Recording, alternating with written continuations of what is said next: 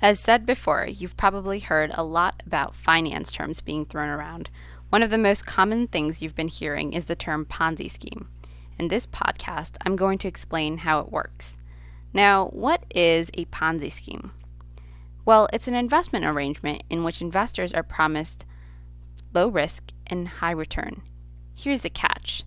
These investments are fraudulent. They are not actual investments. They eventually collapse, and investors lose a lot of money.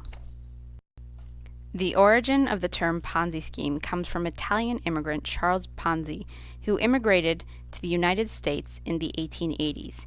He was a businessman who later duped a lot of people into buying postal reply coupons.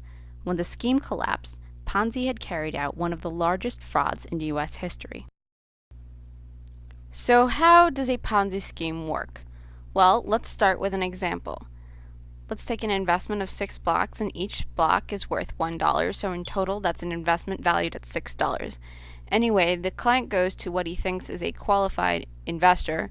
In reality, this investor is a Ponzi schemer, and he says, I have $6. The investor says, if you give me your $6 and invest with me, I will give you $9 of return. So the naive client gives his $6 to the investor. When the client is ready for his money, the investor gives it back to him with the full $9 or the $3 of return that he promised. Satisfied client Green goes and tells his friends Orange, Red, and Blue about his wonderful investment experience. In turn, Orange, Red, and Blue give their investments to the Ponzi schemer. Sure enough, when Orange, Red, and Blue ask for their money back, Ponzi schemer is able to produce it with the high returns that he's promised. The problem with Ponzi schemes is despite the great return, it's looking behind the returns that actually matter. The truth about them, and this is the secret about Ponzi schemes, is they're not about investing. Rather, it's a distribution or a redistribution of money from new investors to old investors. And in this example, let's say there's an old investor, Investor Pink, and he had given Ponzi schemer $6. So he goes to Ponzi schemer and says, I want my return. What Ponzi schemer has actually done is that he's taken money from the newer investors, Red, Orange, and Blue, and he's used that money as part of the return. Now, in fact, this is a simplified example of how a Ponzi scheme works. In reality, it's much more complicated, and there's a lot more money being used. The key to understand is not that this example is simple, but that this reflects that the money is being shifted from newer investors to older investors. Thus, the cycle continues.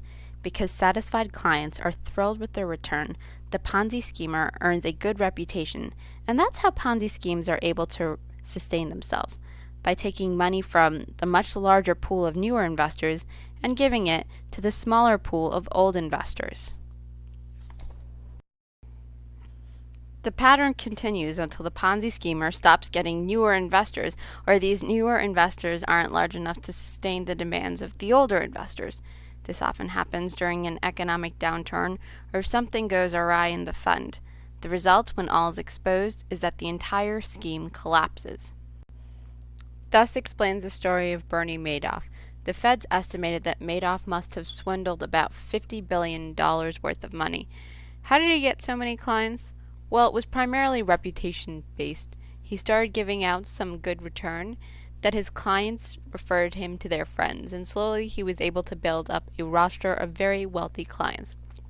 By having this large number of clients, Madoff was able to sustain his fund for a good period of time, until finally some people started getting suspicious and the entire scheme collapsed. That's the reality behind Ponzi schemes. They can never last. To review, Ponzi schemes aren't actually investments. They're just a redistribution of money from old investors to new investors. When new investors can't support the returns of old investors, the scheme collapses. Investors such as Bernie Madoff are able to get a wide array of clients because of their reputation, not because of their investing ability.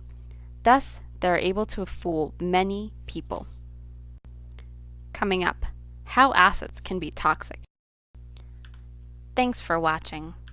To learn more or watch more podcasts, visit www.subprimethemusical.wordpress.com.